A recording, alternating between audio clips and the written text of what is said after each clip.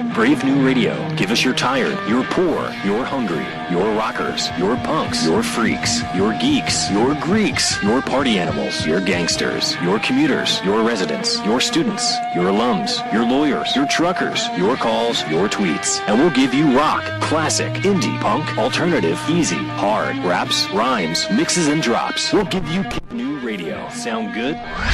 WPSC-FM 88.7, Wayne, New Jersey. Part of the William Patterson Broadcast Network. Brave New Radio.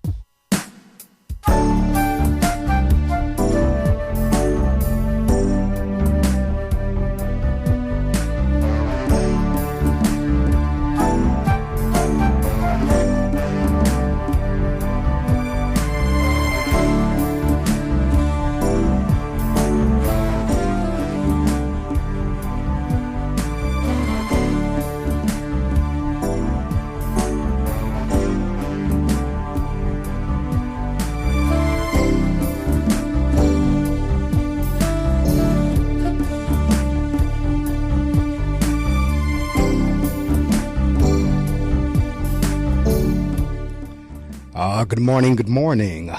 Good morning to you. And it is a good morning indeed if we are still on top of the grass and you can hear the sound of my voice. That means A, you're still alive, and B, you're listening to another edition of The Reading Circle with your host, Marc Medley. We're here with you on Saturday mornings from 6 o'clock a.m. to 7 o'clock a.m. in this segment. And then we move on into the M&M hour as well as the Martha and Friends hour, where we put on the good news in song, which is the gospel music. And then every now and again, we may have a reading circle doubleheader or a tripleheader where instead of putting on the gospel music, we will continue on with an extended version of the reading circle.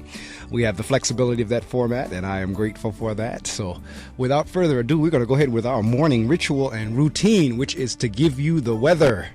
And then I'm going to read from our two books, introduce our guest, do what we call a public service announcement or a PSA, and our interview will be underway. So that sets the agenda for the morning. Right now, in terms of the weather, it's 60.6 degrees here in the Wayne, New Jersey area. For today, we're expecting to go up to a high of 77. Partly cloudy this morning with thunderstorms becoming likely this afternoon. Thunderstorms low of 62 tonight.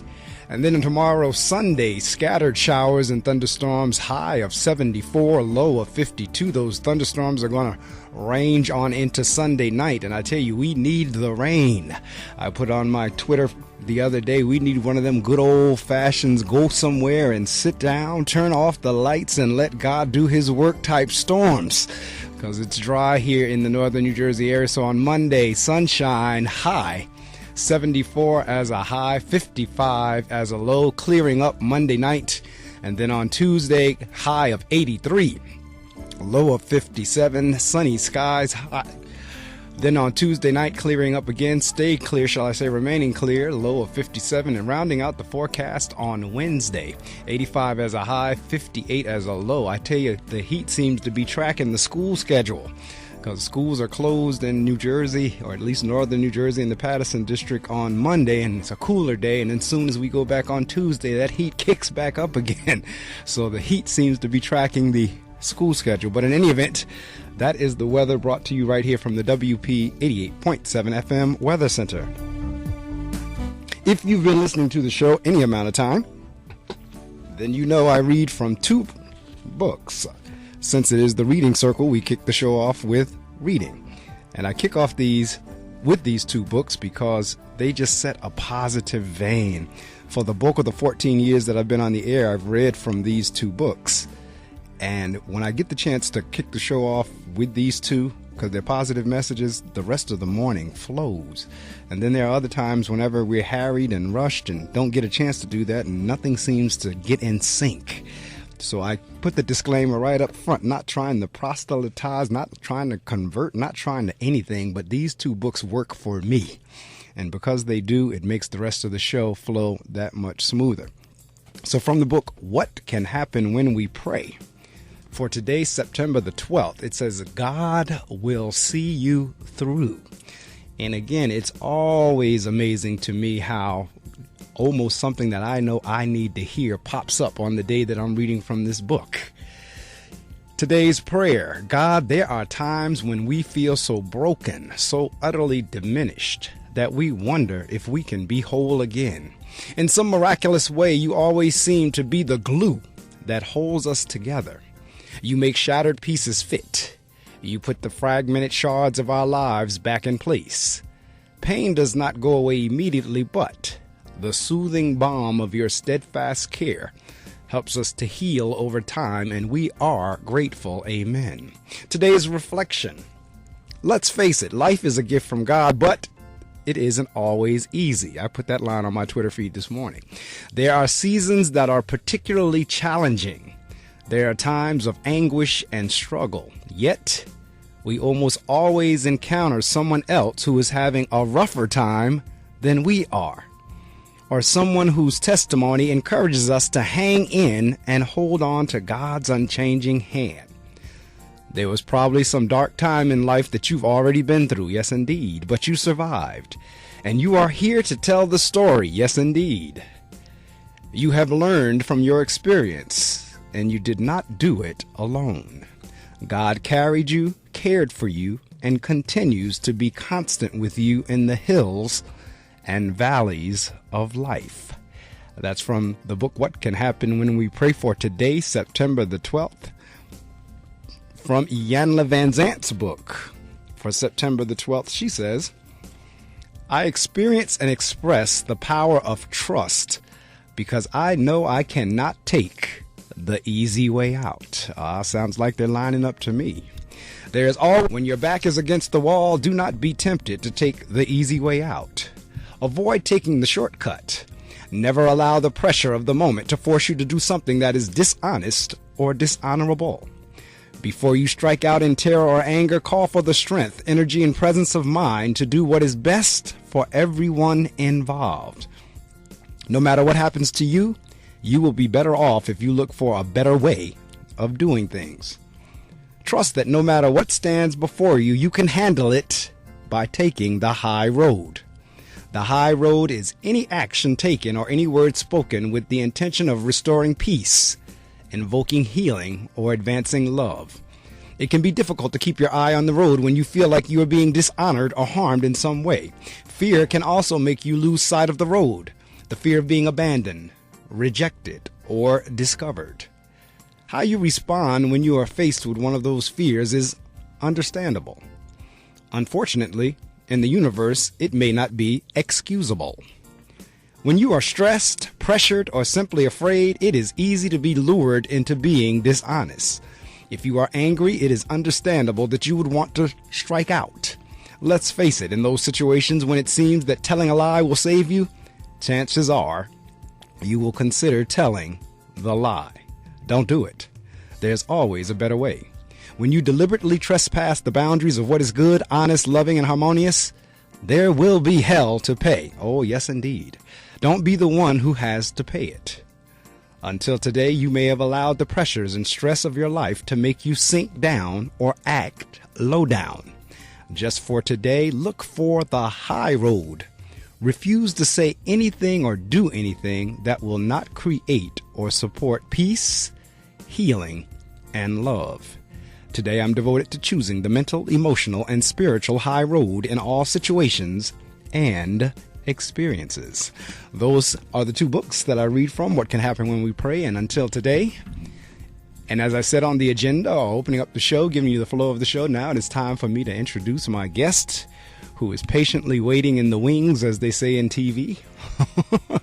She actually called in exactly on time. She followed the instructions in terms of what time to call in, and that is none other than Dr. Fatimah Williams Castro.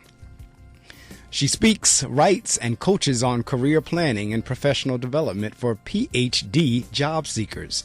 She is the founder of Beyond the Tenure Track, a career planning and professional development consultancy that supports graduate students, postdocs, and faculty in exploring and transitioning to meaningful, successful careers. She earned her Ph.D. in Cultural Anthropology from Rutgers University in 2011 and holds a B.A. in Foreign Affairs and African American Studies from the University of Virginia. All right, UVA. I had family went there. Dr. Fatima is author of Top 45 Non-Academic Careers for PhDs, and her scholarly articles have been published in journals of Latin American and Caribbean Anthropology, Latin American Perspectives, and Anthropology News. She is a contributor to the online publication of the Chronicle of Higher Education. She is a member of the Graduate Career Consortium and the National Postdoctoral Association, and she serves as chair of National Association of the Practice of Anthropology Workshops Committee. Dr. Fatima was awarded the Consortium for Faculty Diversity Postdoctoral Fellowship and has worked outside the academy in nonprofit program management and management consulting, serving clients such as Northeast Public Health Institute, the March of Dimes, and the National Institutes of Health. She has been Associate Director of the University of Pennsylvania Career Services on Career Advisor to graduate students and postdoctoral fellows in science, math, engineering, social science, design, and humanities. Dr. Fatima is on a mission to equip PhD job seekers to access the wide range of engaging and meaningful careers available to them. The book, Dr. Fatimah Williams Castro for Speaking. We'll talk a little bit about that when we get to the end of the program where she has the opportunity to promote. But ladies and gentlemen, welcome to the reading circle, none other than Dr. Fatimah Williams Castro. Fatima, good morning. Good morning. Thank you so much for that amazing introduction. Oh, thank you for rising early to join me this morning. It was my pleasure. For a little while now. Even when I'm not doing this, I'm always doing something that has something to do with introducing people. And it's always interesting to me that people are really kind of bashful and shy of their bios. And I always tell people I like to read the whole thing for the main purposes of letting other folks know what has been done for one. And they may very well listen to all that and say, wow, if Dr. Fatima can do all that, I can do something too. So I always like to read the bios to act as a form of encouragement for someone who may be listening, that it might motivate them to say, wow, if she can do that, then I'm going to do something. That's awesome. That's awesome. So, all right, we'll get some information with the listening audience, and then our interview will be underway.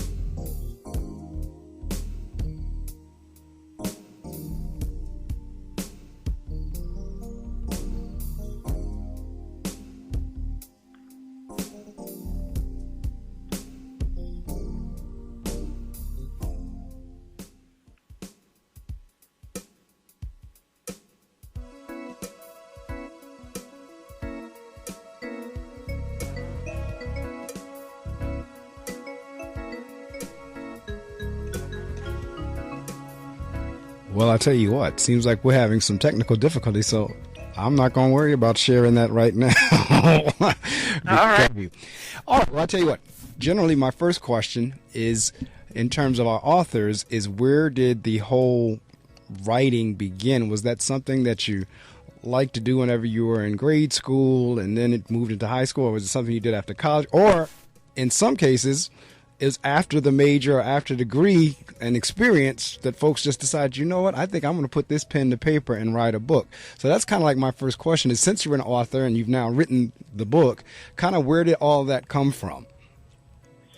So, I have been, so alongside reading, it was journaling my thoughts. It was just thinking about life. Even as a kid, just thinking about where I wanted to be, the goals that I had, the dreams that I had. So I would say my beginning with writing really was journaling. And I still journal till today. And thankfully, my dreams are a lot bigger than when I was a little kid. Started out journaling. All right. And, it's interesting in terms of, you said something that really was kind of like the impetus for this show. And that is this whole notion of reading and writing going together. And one of the reasons this show was put together was to encourage people to read more. In other words, we don't care what they read, but read. And I see, sounds like you had a background of folks who was encouraging that. And I share all the time with the listening audience, my love for reading began watching my father come home every day from work at 4:30, get changed, sit down and read Jet Magazine or Ebony or the newspaper or a book. And just seeing that every day and constantly being encouraged as well, that's where I developed my love for reading. And all the way up the line, ultimately I wound up being in education, and I honestly, truly believe that reading is the core of everything else. So to hear you say that it was a combination, that the reading and writing are together, you are right on point. Oh, that's awesome. I would even say, to take it a little bit further, my writing has changed over the years, right? So as a child, it started out with journaling and then trying to write my own stories or just, creating stuff. Now, what was your undergraduate in? So in undergraduate, I was at the University of Virginia, and I did a double major, actually kind of accidentally double majored. So I always had an interest globally, and even as a kid. So that led me to foreign affairs, which is a politics-related, kind of international relations major. But one of the things that I really wanted to dig deeper into with that was, well, what about the people who are making these politics? So not just the systems, but actually people. And that led me to digging deeper into African American studies because my focus was in Latin America with foreign affairs and also in Africa. So those two things led me then to my doctorate, which is in anthropology. In terms of, I heard you just say Latin America and foreign affairs, what were your thoughts on our reestablishing our connection with Cuba? I think we've always had a connection with Cuba. I think what we're looking at now is the state reestablishing a connection with Cuba. Right. And so for me as an anthropologist, I'm kind of looking beyond what the state does and see, well, how is the state actually catching up with what people have already been doing, right? So that, I would say that's kind of my thought on where we are with Cuba. And, of course, it's the questions are, well, will it be the same Cuba? Will it look the same? Will it feel the same? What will happen culturally? Again, I'm a cultural anthropologist. Right. So how will politics really impact what we see every day in Cuba? And that remains to be seen, but I think we can already see where economic policies and opening to new companies and corporations is already, creating some newness there. And I don't mean newness necessarily in a positive or negative, but just new ways of thinking, new ways of interacting, and, of course, new ways that culture will be impacted. Well, corporate America was willing and ready and able to jump right on that opportunity because immediately the various hotel chains and others had started establishing or reestablishing connections to get things going. And I'm sure tourism is going to jump on that as well. It was funny to watch on the news to see that they still had cars from back in the 50s or the 60s, but whenever the whole thing cut, all of their anything having to do with the U.S. was almost like a time warp. It stayed. What people love. The mystique as well is part of what people love. And I just mean, the everyday man, the person who's out of Latin America. And so for me, I'm always thinking about, well, what does this do with Afro-Cubans? Right. What does this do with culture? How does it go? Are they going to benefit from these economic policies and this opening? What will happen in terms of race relations? With this opening. So those are some of the questions that I ask, given my background in Latin American studies and anthropology. I see you were at UVA, and we may have had this discussion on email when we first met. I don't know, but I had a cousin that was there, and he was there. He was there during him and Tiki Barber. They were there together. They were in the backfield on the football team, and Tiki went on to play for the Giants. My cousin Darryl was drafted by the Bengals and got cut at the last round. But I always remember UVA from him being there. Matter of fact, I watched the game Saturday when they were playing out there in California, and I'm sitting there hollering and rooting for UVA. And so how was your experience there?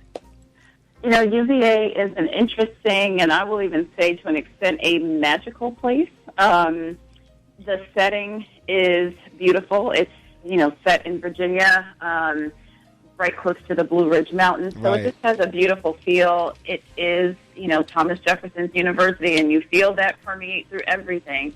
A sense of pride at UVA is quite deep. It runs quite deep. And just the construction of the nation and what that means. And so when you are part of the UVA family, you do feel like you're part of something bigger. And, of course, we love to call ourselves the public Ivy, steeping everyone in tradition and steeping everyone in the idea of belonging to something really big and really great. And so I'm grateful to have gone to the University of Virginia. It's definitely opened a lot of doors for me.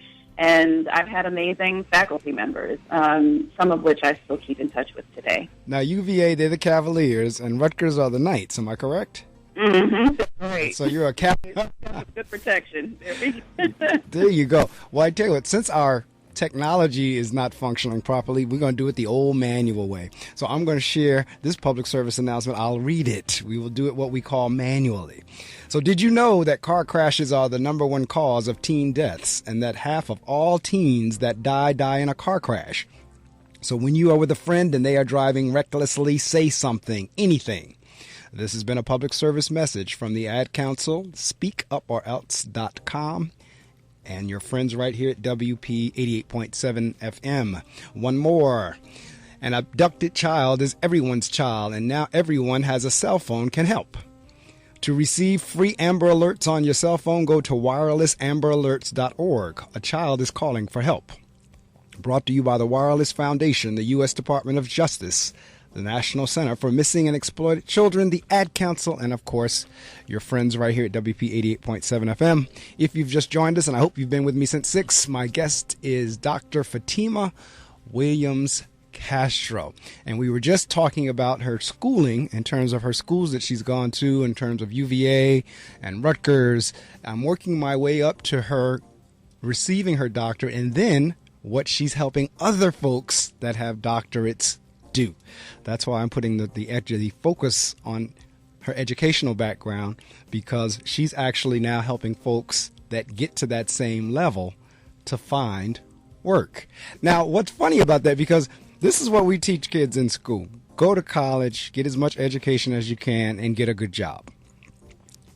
But what we're seeing, particularly in 2015, is that can be difficult to do. That's not to say that it won't happen, but even with a degree such as a Ph.D. or a doctorate degree, it still can be a struggle or a challenge to find employment. Am I on or off base with that statement?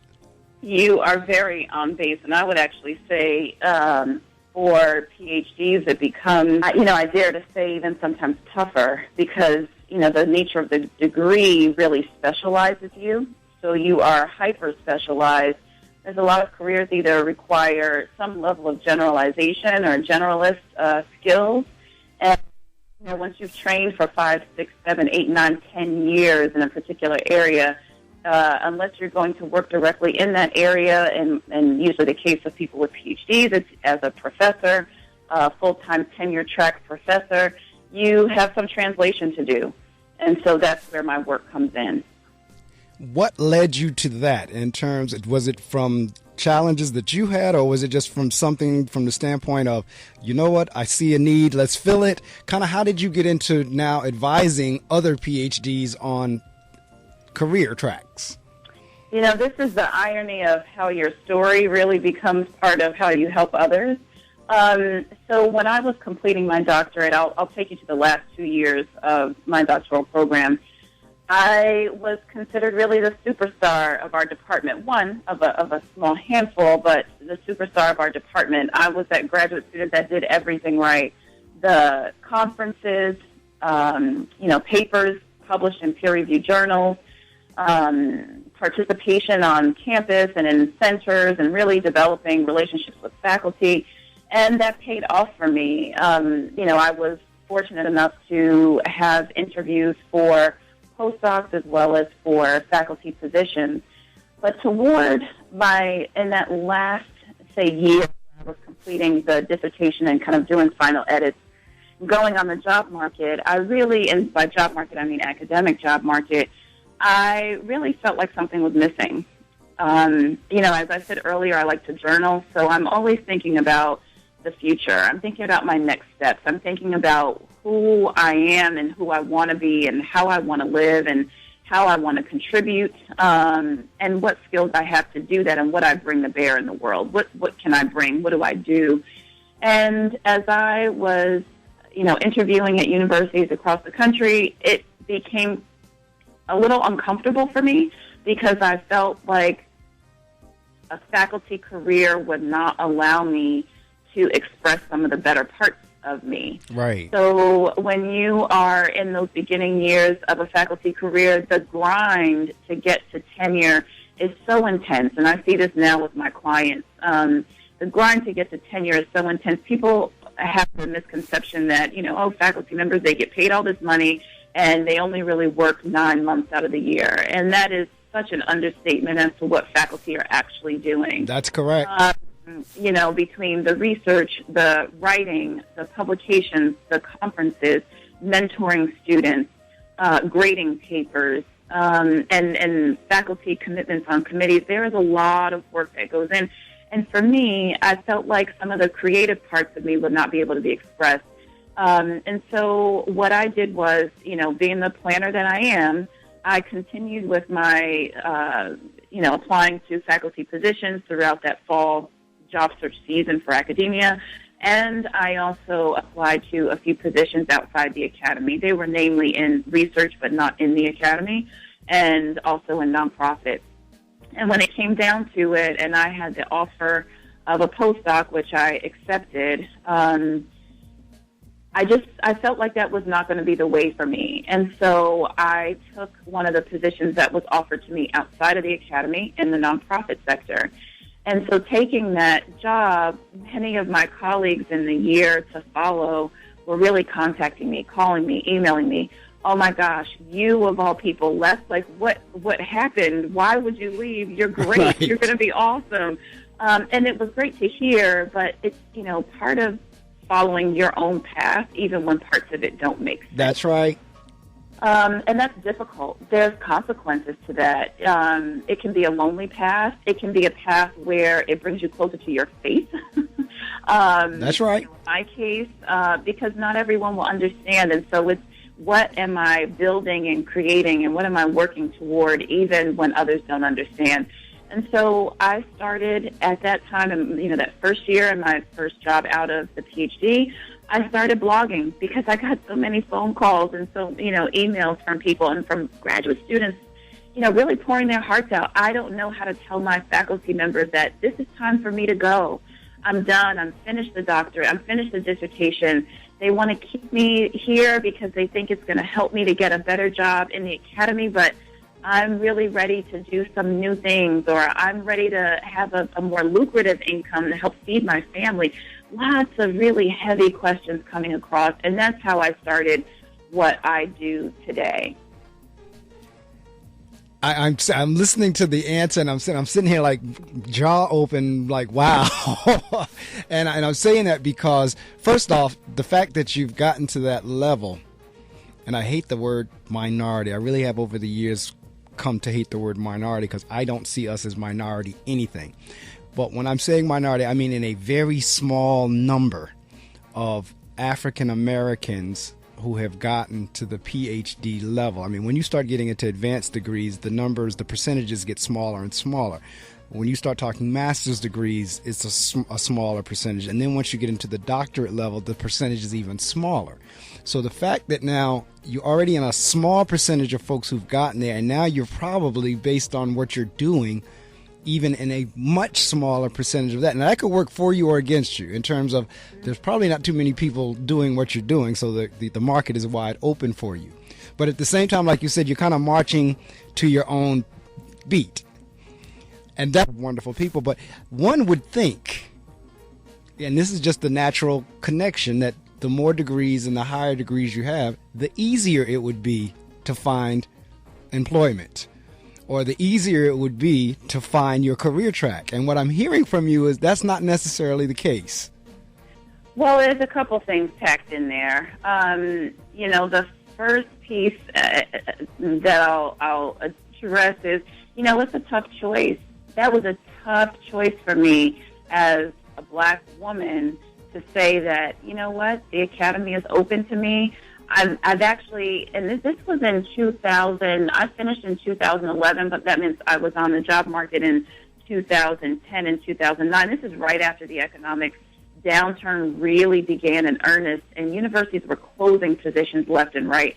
Things that had been kind of moving and somewhat, active and flourishing in the academic job market began closing.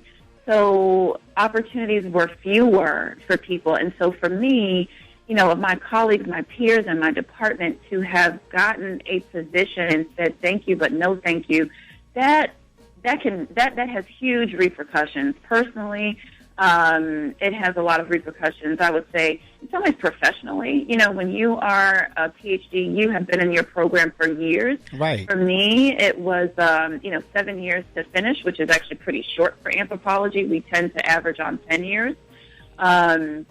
So a lot of my friendships, my relationships, my professional relationships were all mostly in the academy.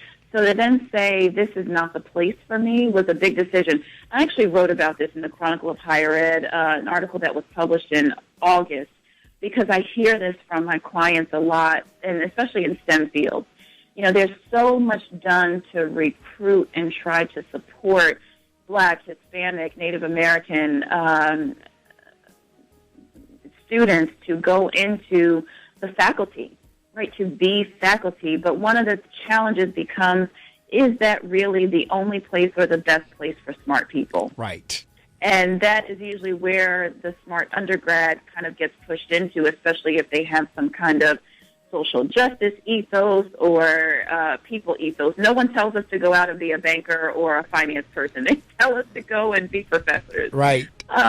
So go on a tangent with that, but I will say, the year that I graduated and I looked at the survey of earned doctorates, I was in truly the minority. 4% of PhDs earned in that year went to Black women. 4%. And so and that's country or perhaps worldwide. I mean, that's right. When are tiny.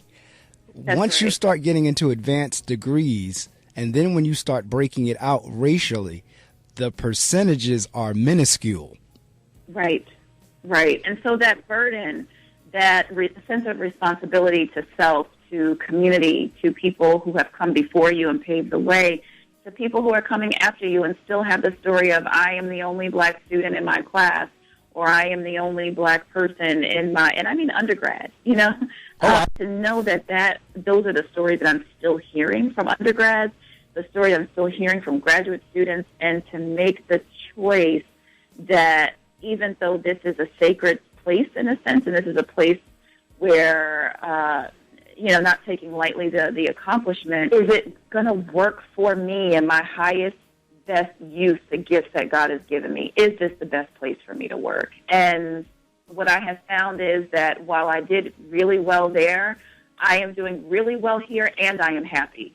Well, and that is the perfect combination, because all of the various quotes and research, and if you any of the really great thinkers that have talked about this area in terms of anytime your work really is not work, when to you work is play, that's the grand combination there. That's almost like when you go to work, you don't even feel like you're going to work. I'm going to play, because that's where your passion is. And that's where, that is the place where everyone really ought to be striving to get to, because it's amazing how many people are miserable going to work every morning. But you know what, Mark? It's a choice. It is. And it's a hard choice sometimes, because just like you hear in my story, I had to go against the grain to do what I do. I'm really in an area where I've created a niche. Right. That's why.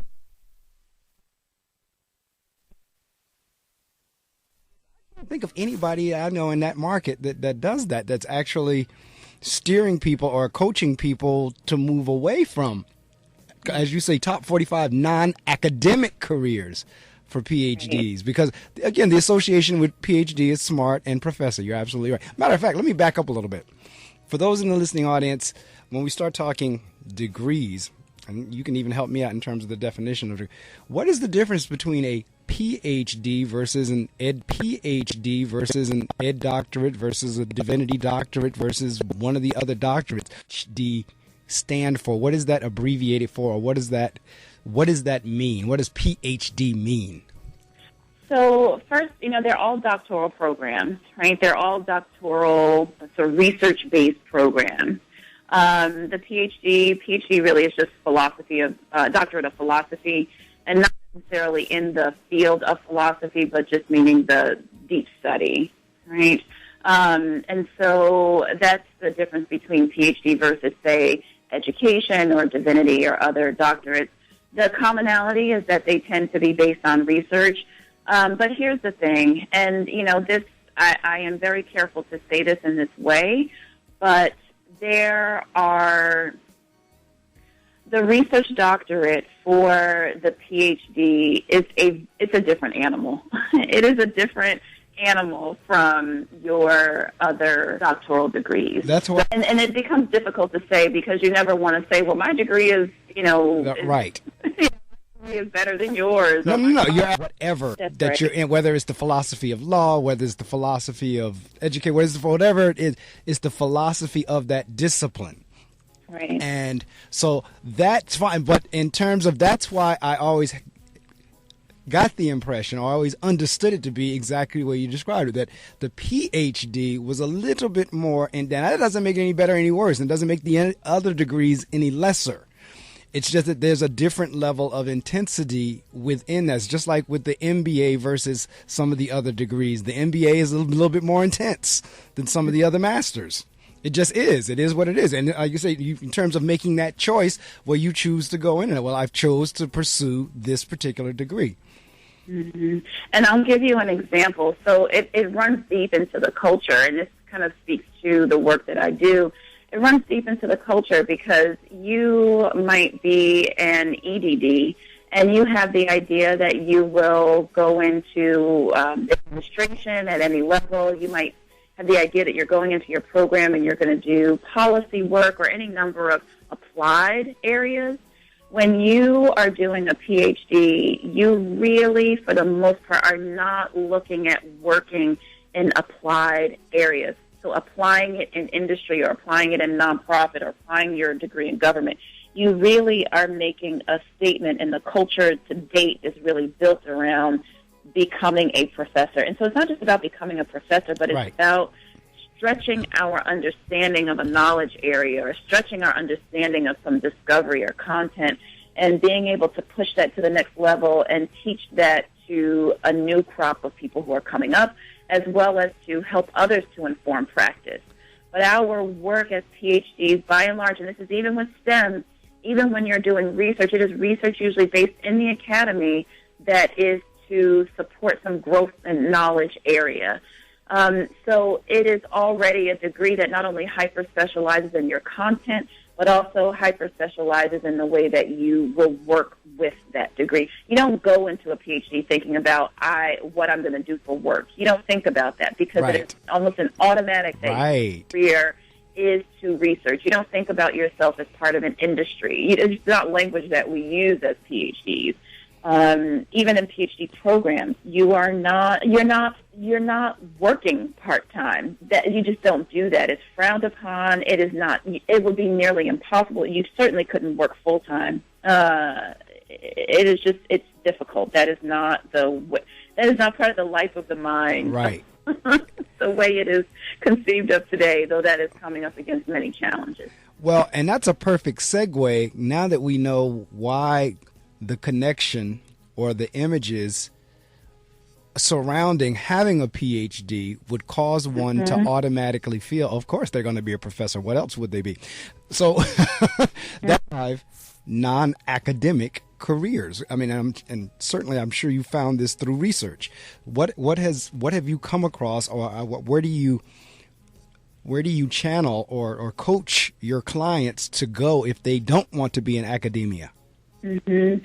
This is I will give you the short answer. The short answer is that you can really apply your degree in most any field. Right. So you take areas such as, policy, consulting, writing, editing, anything that you would think of are things that people with a PhD can do, right? The challenge and the trick here is, and this is the work that I do, it is a combination of a few things. It is first assessing who you are as an individual and what you are good at doing, what you like to do, and what you are interested in doing. And, it sounds a little lightweight and fluffy, right, for some people. Well, I need a job. I can't think about what I'm interested in. I need to figure out what I can do to put money in my pocket, food on the table, and potentially, if you have student loans, pay for student loans or anything else you've got going on, right?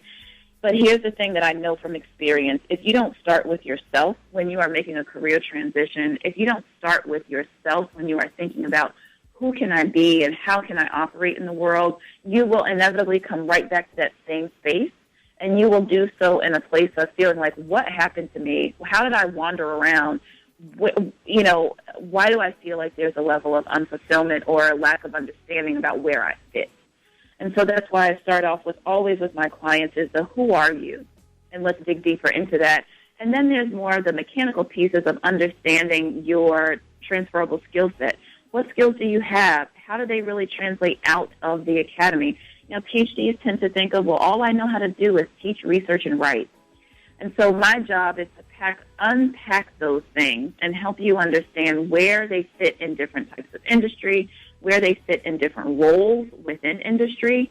And there's a lot of really great stories. I'll probably just, interject here and tell you one of them, but it is not always an obvious step from I have a degree in X to I now do Y. Right.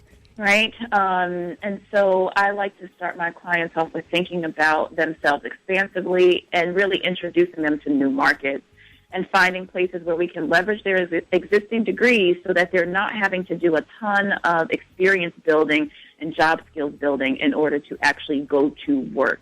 And I say purposeful work because PhDs in general tend to want, and anyone, you want work with purpose, with meaning, but you also want a paycheck. Now, and so that's what I do. So in terms of when a PhD now walks into an interview, are they many times, or are they seen as overqualified, or do they run into that issue? Do they run into that issue that they now walk into a vacancy and they come in there on their resume is PhD? Do they wind up being overqualified? The irony here, or the paradox here, is that they tend to be overqualified and at the same time underqualified. Makes sense. I understand. So, it makes real sense to me. Overqualified in the sense that people get really blinded by the PhD. I have to work with my PhDs, even with, interviewing and explaining the question that they are most likely to get. Why did you get a PhD, and then why do you want to do this? Right. Right? That is a question that will inevitably come up. There's a lot of misunderstanding among employers, among those in human resources about who PhDs are, what they value, what they are capable of, what their expectations are. And there's so many things that I come across when I'm working with employers. It's, PhDs are going to expect to be paid so much more, so maybe we're not even going to look at them. This could be further from the truth. Academia is one of the lower paid of our professions. That's correct. So the expectation actually is, wow, I get more than a $20,000 stipend. This is great. You know, a $55,000 or $65,000 salary, I'll take it. I usually have to kind of force my coaching clients to negotiate because they won't negotiate. So that's just one of the pieces in the overqualified, underqualified, where employers are missing out on one of the best areas of the workforce because of some real misconceptions about who PhDs are and how they like to work. But in terms of the overqualified, it is, you know, you are hyper-specialized, and so for many respects, you have not worked outside of your area of expertise, your area of research, your area of study. And so while there are, you know, advancements that are happening in things like social media, different technologies, different project management tools, just sort of basic management skills, those are things that often tend to be lacking, and this is where, you know, PhDs tend to be underqualified in a sense. And my job is to steer them in the direction of how can we boost your skills, you know, in a short amount of time, expose you to new areas in a short amount of time so that you can be more qualified for the positions that you're going out for, or in many cases recognize where you've already had some of these experiences, even though it doesn't look like exactly like what we see in industry or exactly like what we see in nonprofit or government. If you have just joined us, and I hope you've been with us for this fascinating interview since 6 o'clock a.m. Eastern Time, and I always have to emphasize that Eastern Time because I realize there are people listening all around the world. Thankfully for the technology of web streaming. So someone over in one of those foreign countries that Fatima has studied or has a foreign affairs could be listening to the show anywhere around the world. So I always emphasize the Eastern Time. But my guest is Dr. Fatimah Williams Castro. And she is a Cavalier as well as a Knight, as she did her schooling in UVA, or University of Virginia, and Rutgers University right here in the state of New Jersey. And we're talking about this whole notion of earning the highest degree you can earn, which is a PhD, and then deciding not to teach. She is the author of Top 45 Non-Academic Careers for PhDs. Now, it's kind of like I remember, and oddly enough, I've never really watched The Late Show. I don't know any, because I know they just switched over to Colbert because they advertised the heck out of it. I think it was Letterman before, and what's the other one? Right. But I know they like the top 10. That much I know. It was always kind of like the top 10, and they count it down from 10 to 1 or what have you. And I noticed you have top 45 non-academic. What would be an example of a non-academic career that you might steer someone to? It depends on their field. So just to give you an example, I work with social scientists. I work with humanists. So that's everything from history to linguistics to political science to anthropology.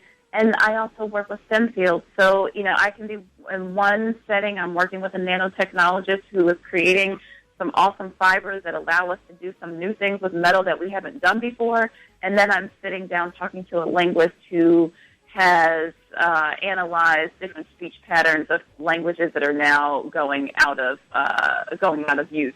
So you can imagine that it can be quite broad and quite wide.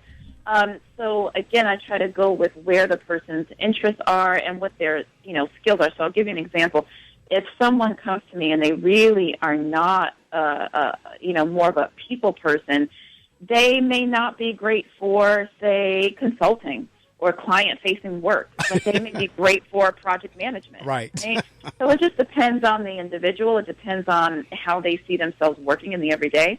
But I'll give you an example of probably something that is even my clients are surprised by this. And I tell people, I'm a translator in what I do, but I also help to kind of reveal the things that you're not thinking about, and that's where you really want to coach. So I worked earlier this year with a linguistics PhD. She came to me because she was within a couple months of completing her doctorate, and she said, you know what, I have been watching this academic job market for 2 years now. Last year, there was one position available for someone in my field, one.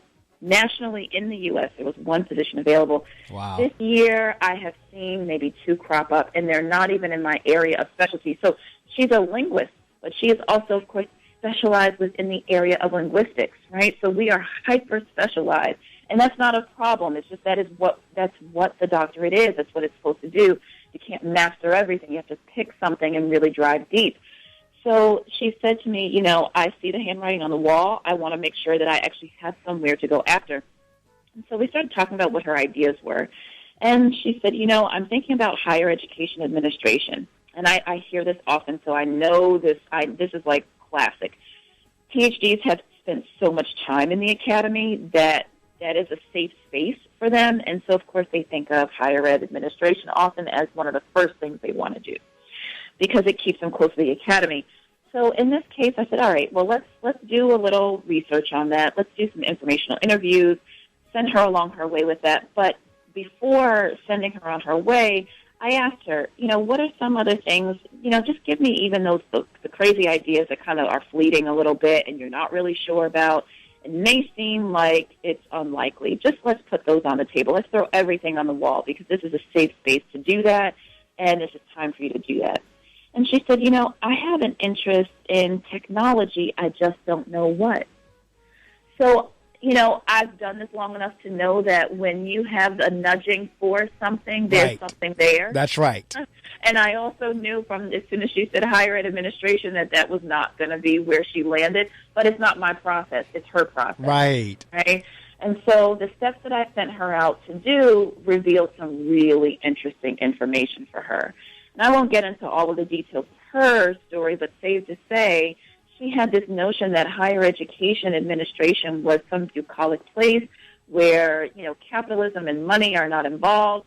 And, oh, my gosh, what do you mean I would be involved in helping to, boost enrollments for a program or for a center on campus? Right. It was shocking to her because her understanding of the university is a place of knowledge, it's a place of learning. It is not a place of money, finances, and business. So we quickly moved on to, well, what did you find when you started looking into technology?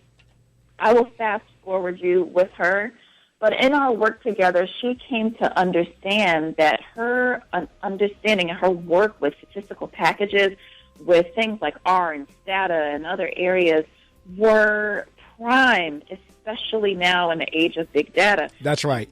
Prime job skills that she'd only thought about in terms of language, but I knew that if we can isolate those job skills and place them in a different, place them in a different light, place them in a different use, a different issue area, not just language and not just interpretation of language, we could actually do something else. And so in her informational interviews, her exposure, and she did some real job skills building by doing a summer program with the data incubator. But coming out of this, I will tell you, we started working together in March of this year. In August 2014, she started her first day working in corporate in Comcast as a data analyst.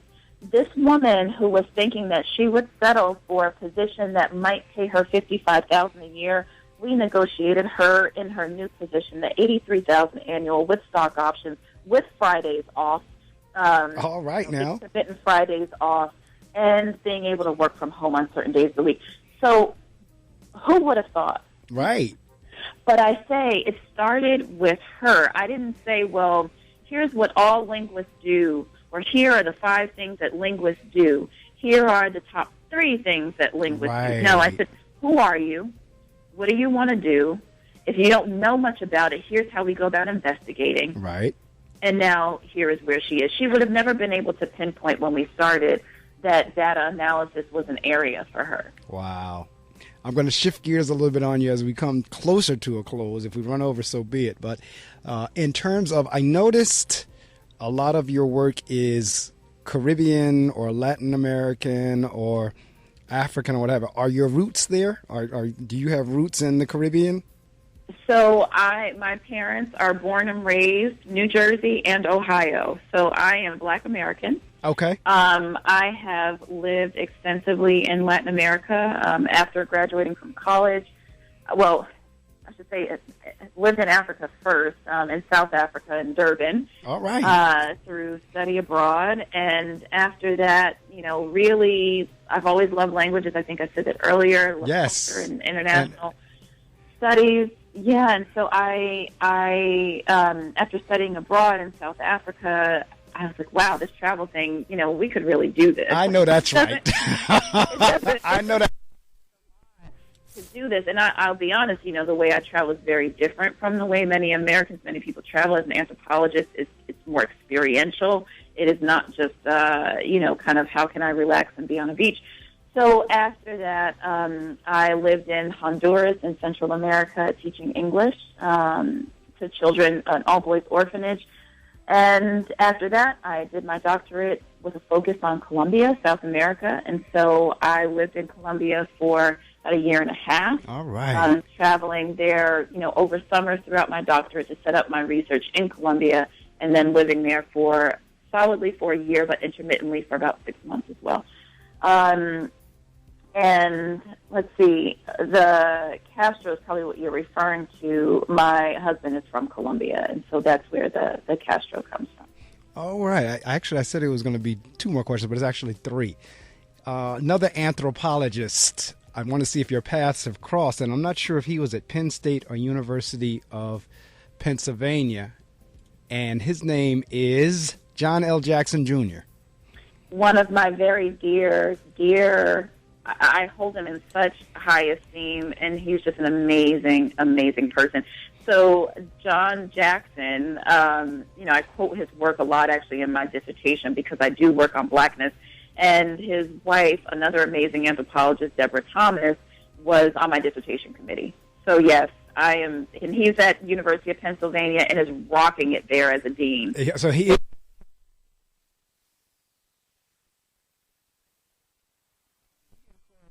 did a book together called Impolite Conversations on Race, Politics, Sex, Money, and Religion. And I had Cora on. Cora's been on twice. Cora was on with her first book, Ghetto Nation.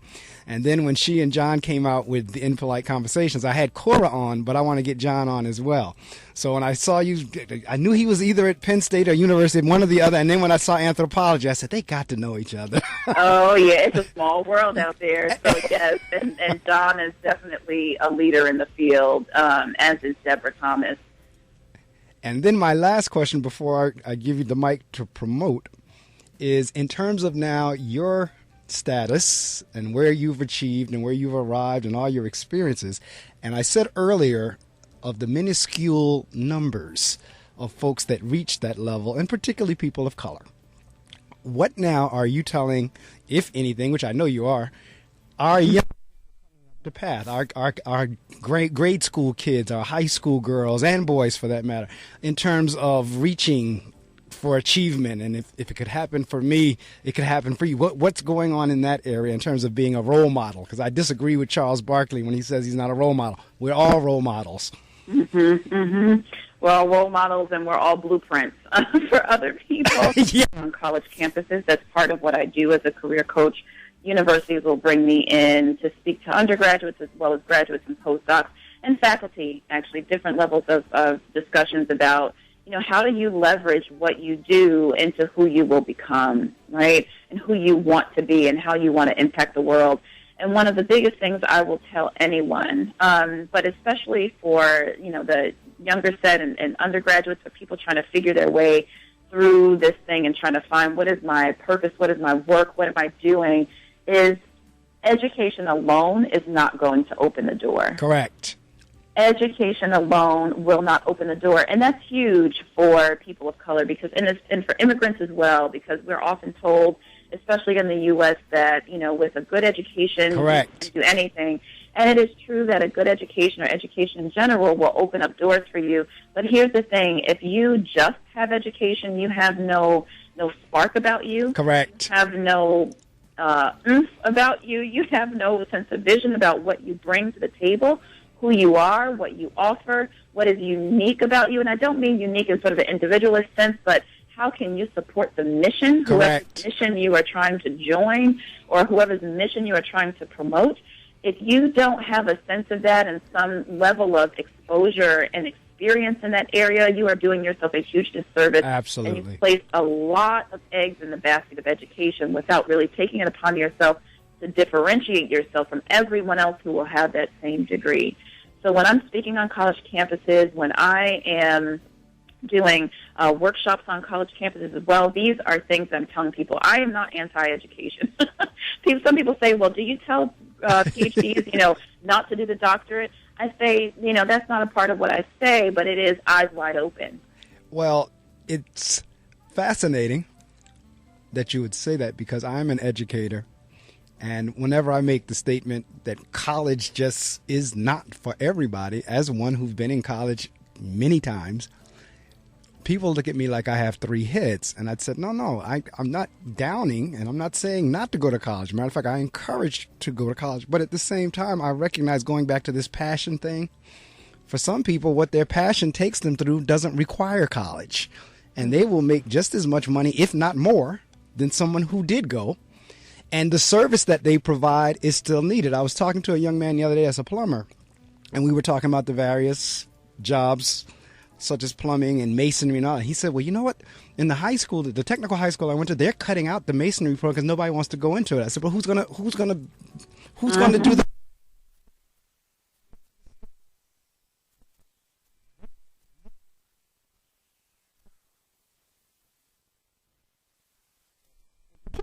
because my wife is from Jamaica. So I understand in terms of having been there, in terms of the labor force, those folks, and I know you found it in Colombia as well as the other Latin American and Caribbean countries, they have a passion for that hands-on type work, and they're good. They're very good at it, and so that doesn't require college per se unless they want to go. But if that's what their passion is, and that's what they feel like their mission is, and their contribution to the world is just as great. So that's a long way of saying, when I say, well, college isn't for everyone.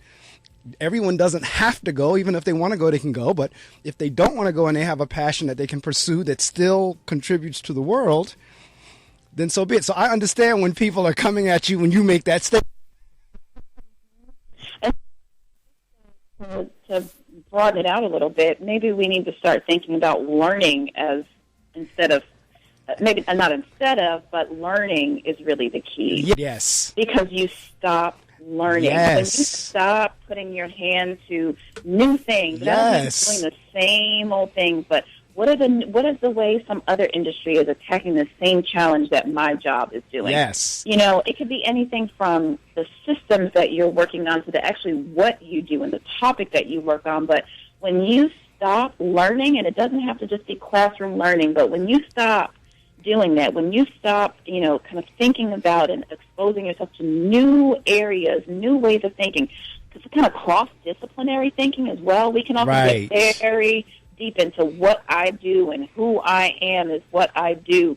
But when you leave that learning and that interdisciplinary thinking and kind of, tinkering around with new technologies, you render yourself obsolete. And I work with PhDs who are on the end of, well, I didn't get tenure. Right. I am 50. I am 55. Now what do I do? Right. When you isolate yourself in a bubble, and that's anyone in any industry. Right.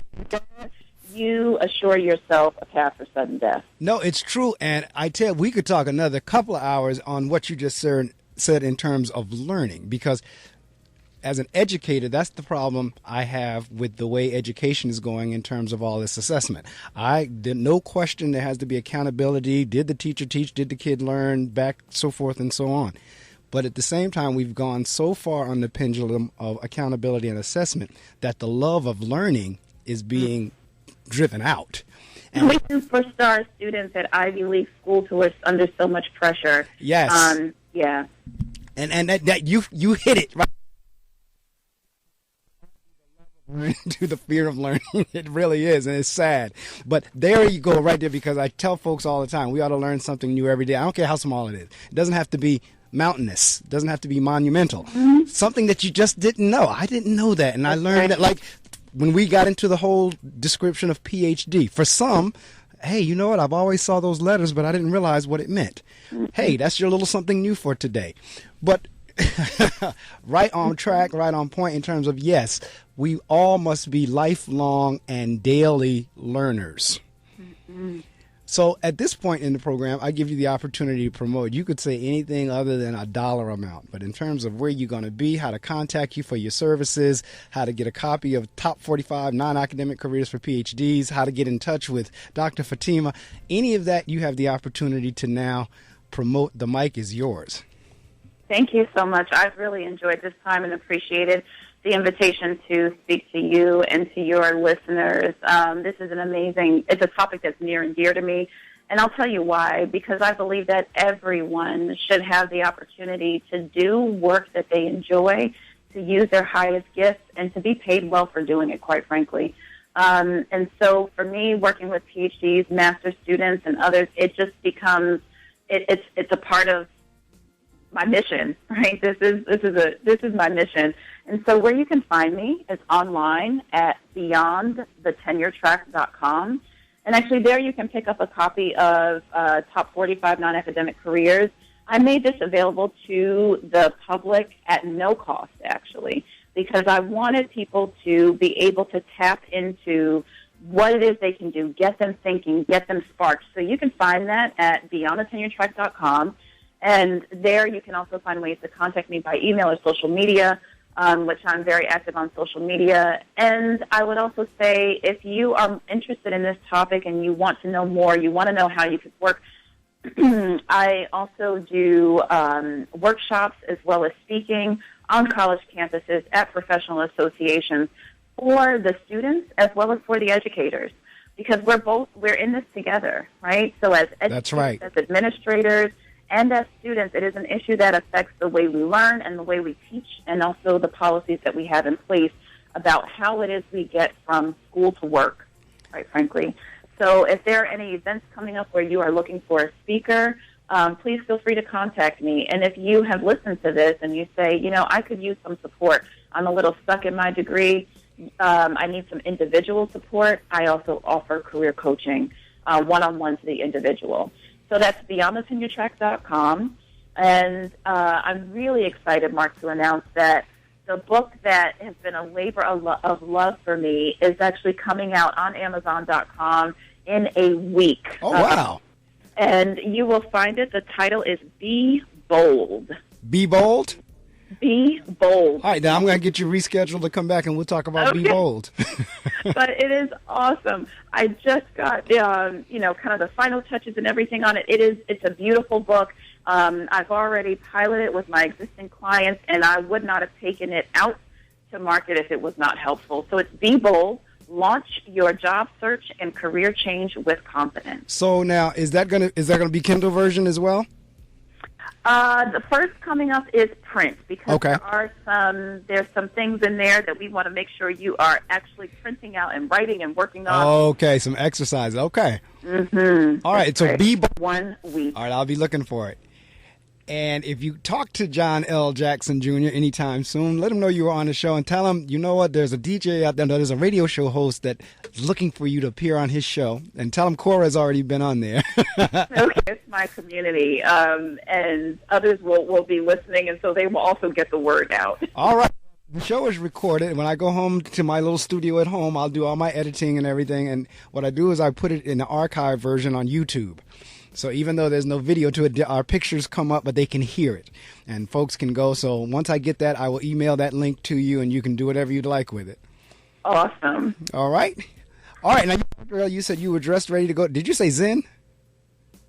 To the gym. Gym. Blessed day. I enjoyed the conversation, and I'll have you to come back on, and we'll talk about being bold. Thank you so much. It's been a pleasure, Mark. Have a blessed day. Thank you. You too. Take care now.